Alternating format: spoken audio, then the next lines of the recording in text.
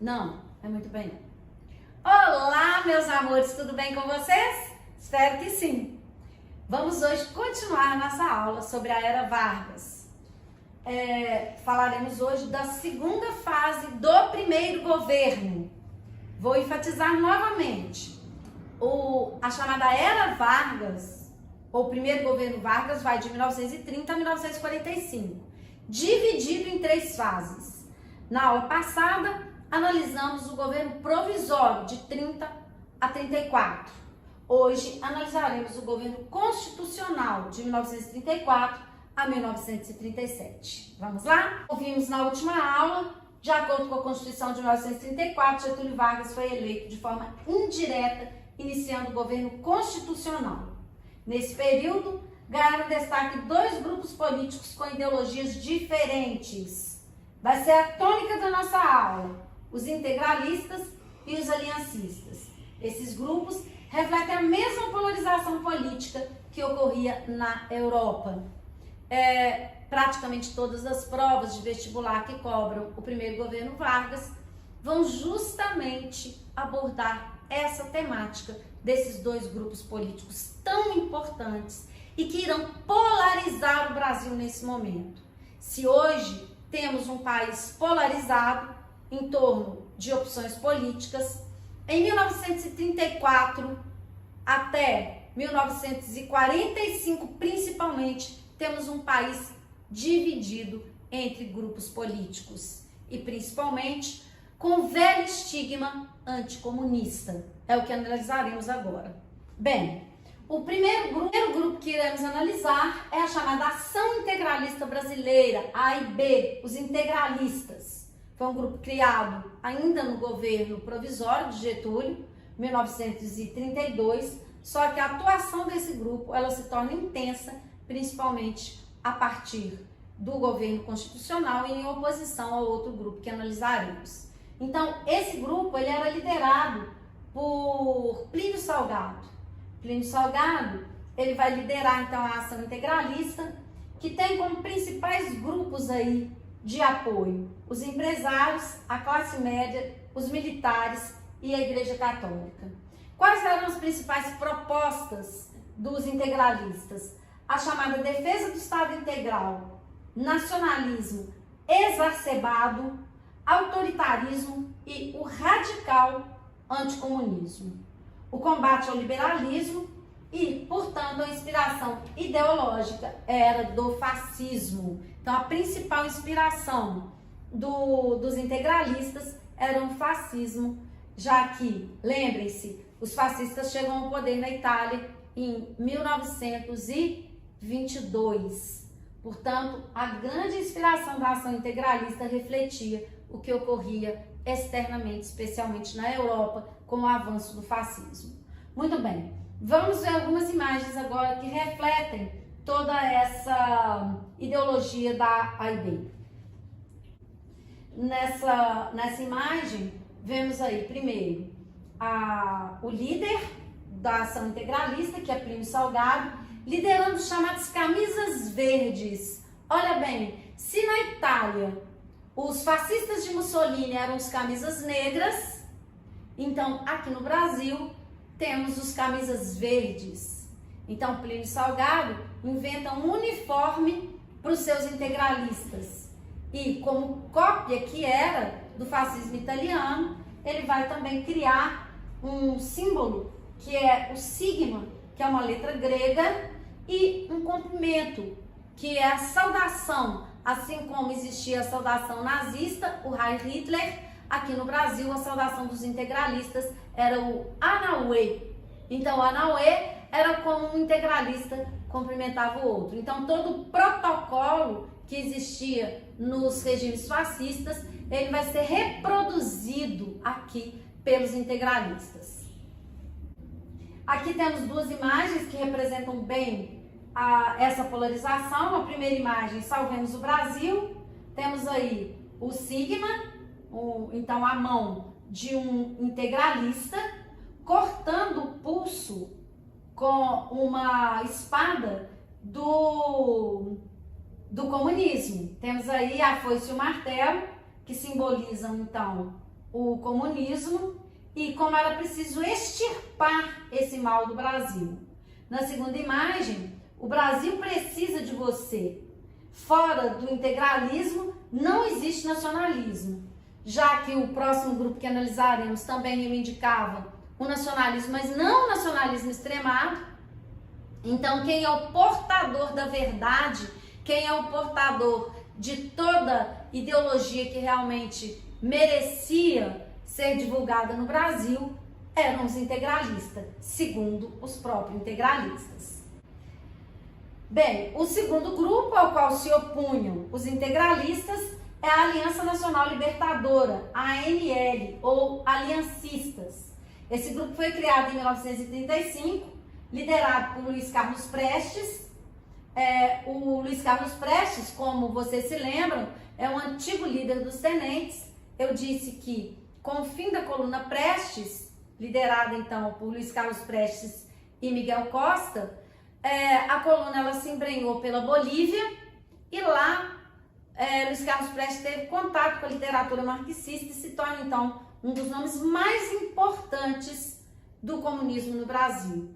Luiz Carlos Prestes ele está à frente da Aliança Nacional Libertadora, que não é um grupo comunista. Na verdade, ela é uma frente ampla que junta democratas, sindicalistas e socialistas. E uma das correntes da ANL era o Partido Comunista.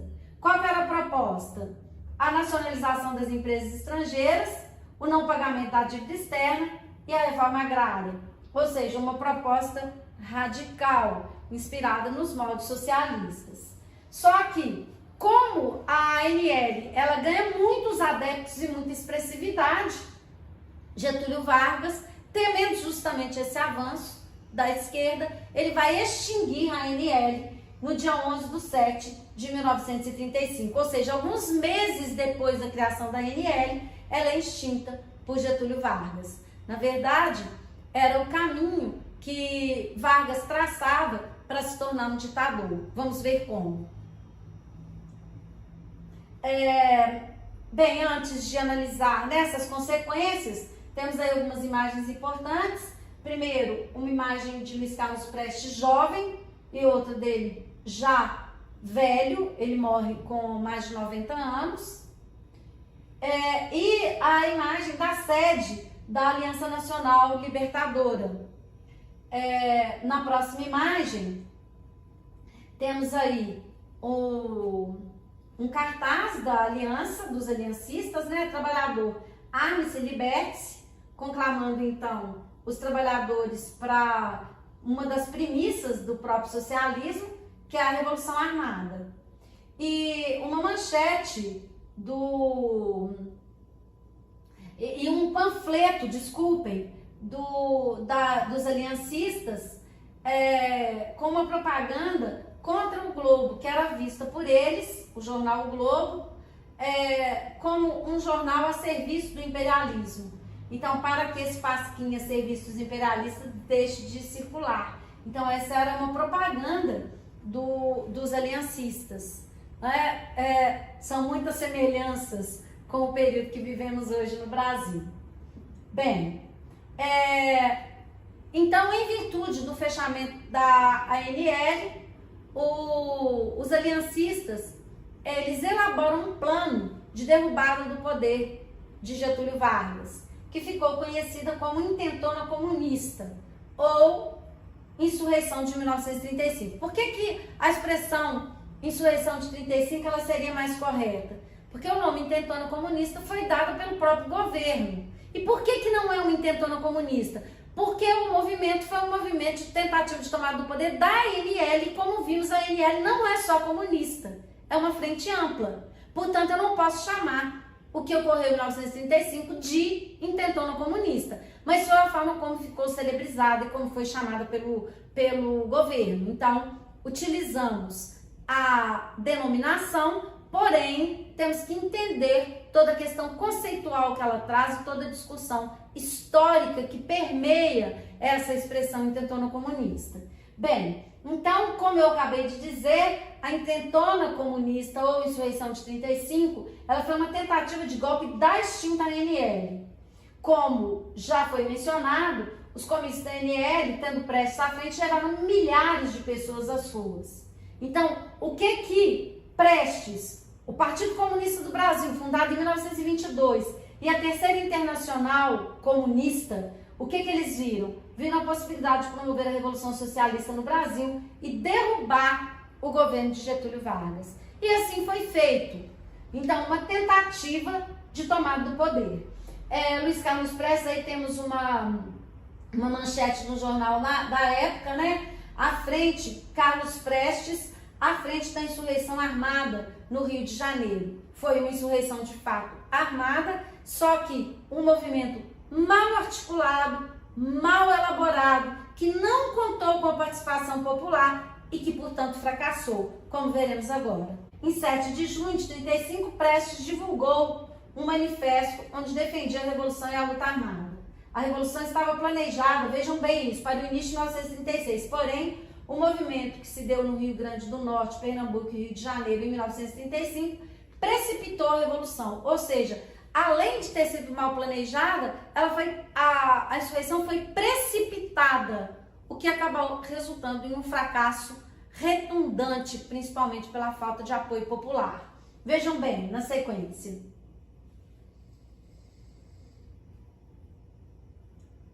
A ação militar contra Vargas foi liderada por Prestes com apoio também de estrangeiros.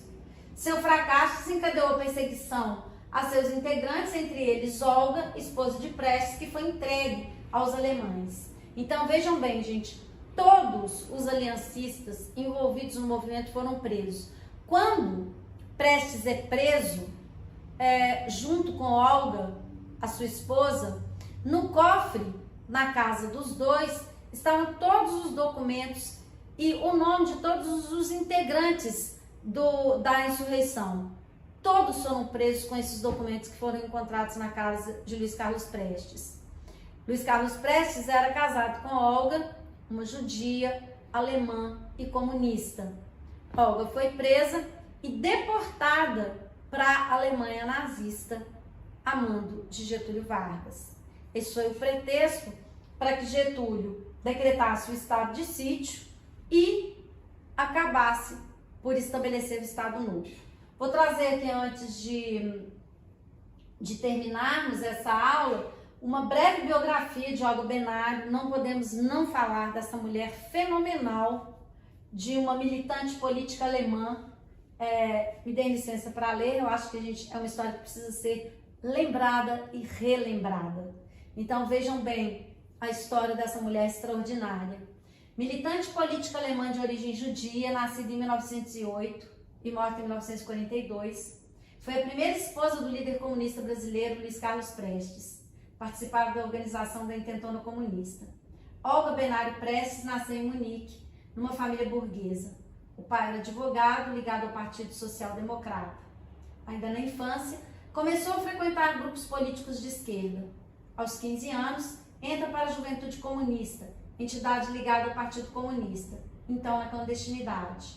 Em 1925, vai para Berlim, onde dá continuidade ao seu trabalho de militância. Algum tempo depois, é eleita dirigente do núcleo político do bairro de Neukölln, não sei se é essa a pronúncia. Em 1928, após ajudar um dos líderes do partido a fugir da prisão, é procurada pela polícia alemã, que oferece recompensa em dinheiro por sua captura. Foragida, muda-se para Moscou e atua na Juventude Comunista Internacional. No início da década de 30, recebeu formação militar e é destacada pelo alto comando soviético para ser guarda-costas de Luiz Carlos Prestes, que depois de algum tempo na União Soviética pretende voltar ao Brasil para organizar um levante comunista. No caminho, os dois se apaixonam e chegam ao Rio de Janeiro casados. Com o fracasso da Intentona, Olga Benário é presa em 1936 e, mesmo grávida, é extraditada pelo governo de Getúlio Vargas para a Alemanha nazista. Passa os últimos anos da vida ao lado da filha Anita, no campo de concentração de Berburg. É executada em uma câmara de gás. Ou seja, uma mulher extraordinária com uma vida absolutamente extraordinária. O romance entre Luiz Carlos Prestes e Olga Benário era um romance pouco provável. Ele, um homem baixinho, magrelo, de pouca expressividade física, mas um gênio. Ela, uma mulher lindíssima, alta, imponente, decidida, inteligentíssima também.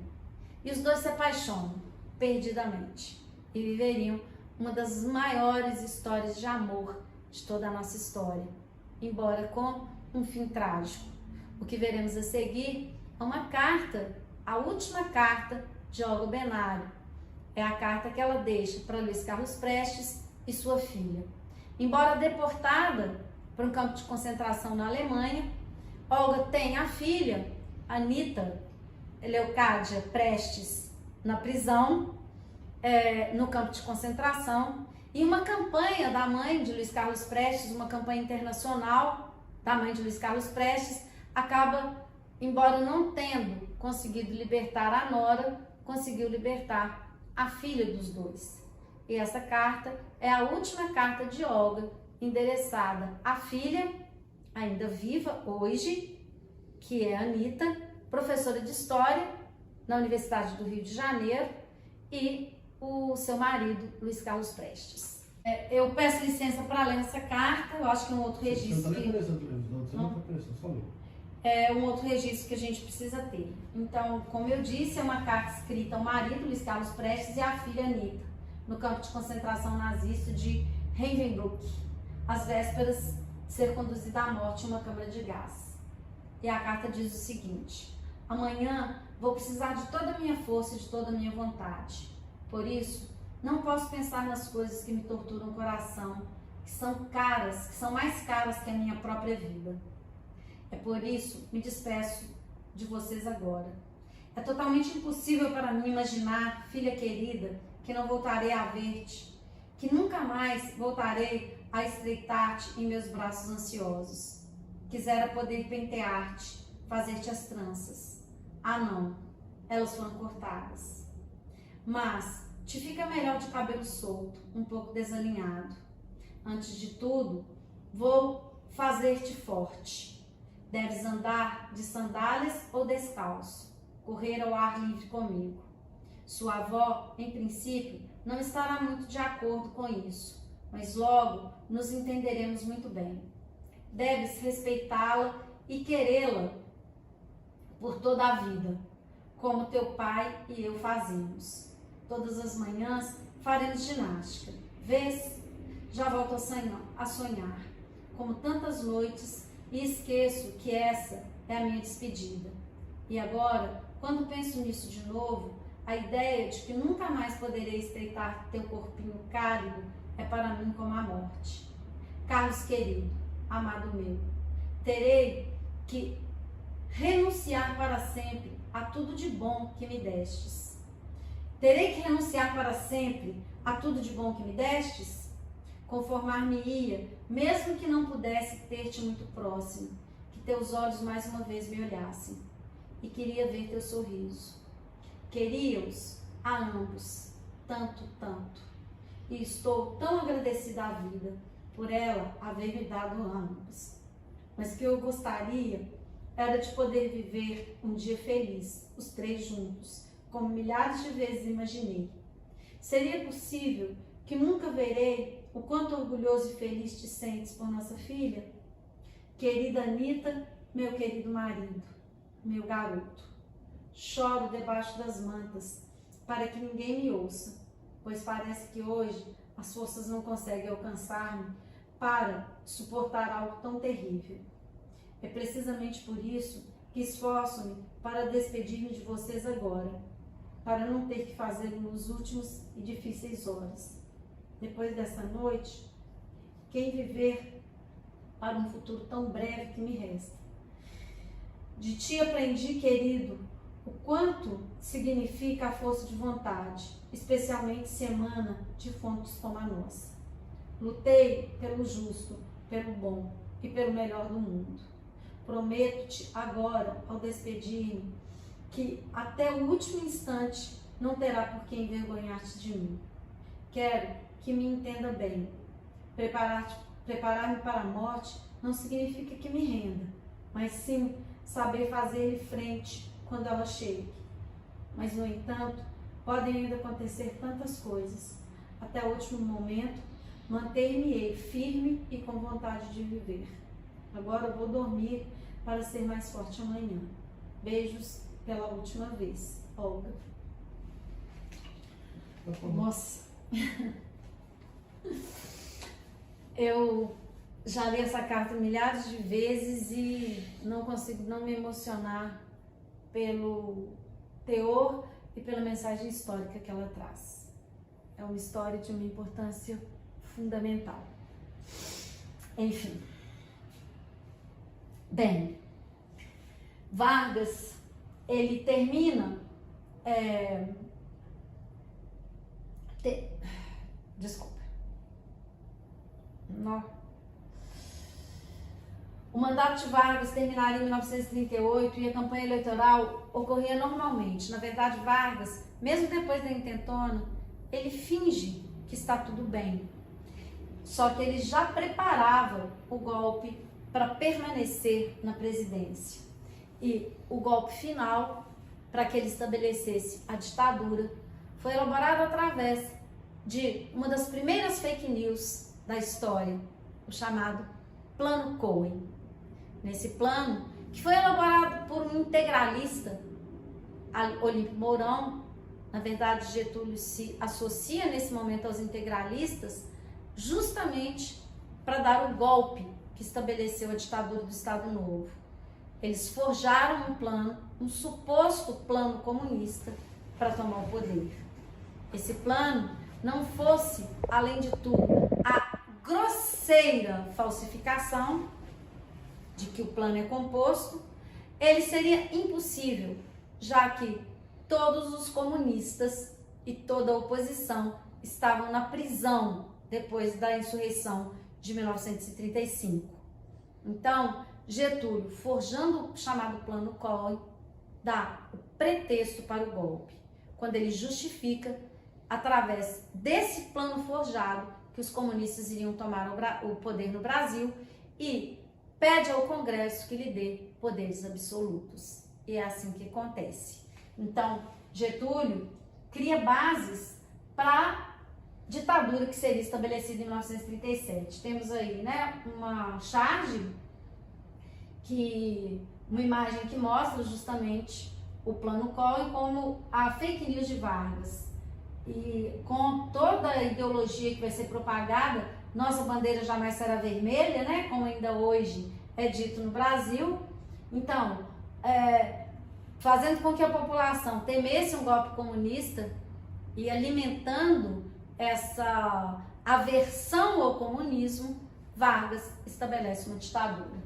Aí temos uma manchete de jornal da época, as instruções do comitê para a ação de seus agentes contra o Brasil. O tenebroso plano foi apreendido pelo Estado-Maior do Exército, como se esse plano ele tivesse realmente sido apreendido pelo Exército e Getúlio fosse o salvador da nação contra o comunismo. Foi aí que ele estabeleceu um estado de inspiração fascista. Tem que explicar o que é comitê. Comitê é a expressão para organização comunista. Então, quando eu falo instruções do comitê, é a instrução do comunismo internacional. Então, o comunismo internacional queria tomar o poder no Brasil, que justificou a tomada do poder por Getúlio Vargas e o estabelecimento de um estado de inspiração fascista no Brasil, o Estado Novo, que veremos na nossa próxima. Bem, na próxima aula, então, veremos o Estado Novo. Espero que tenham entendido, espero que tenham gostado. Um beijo para vocês. Tchau!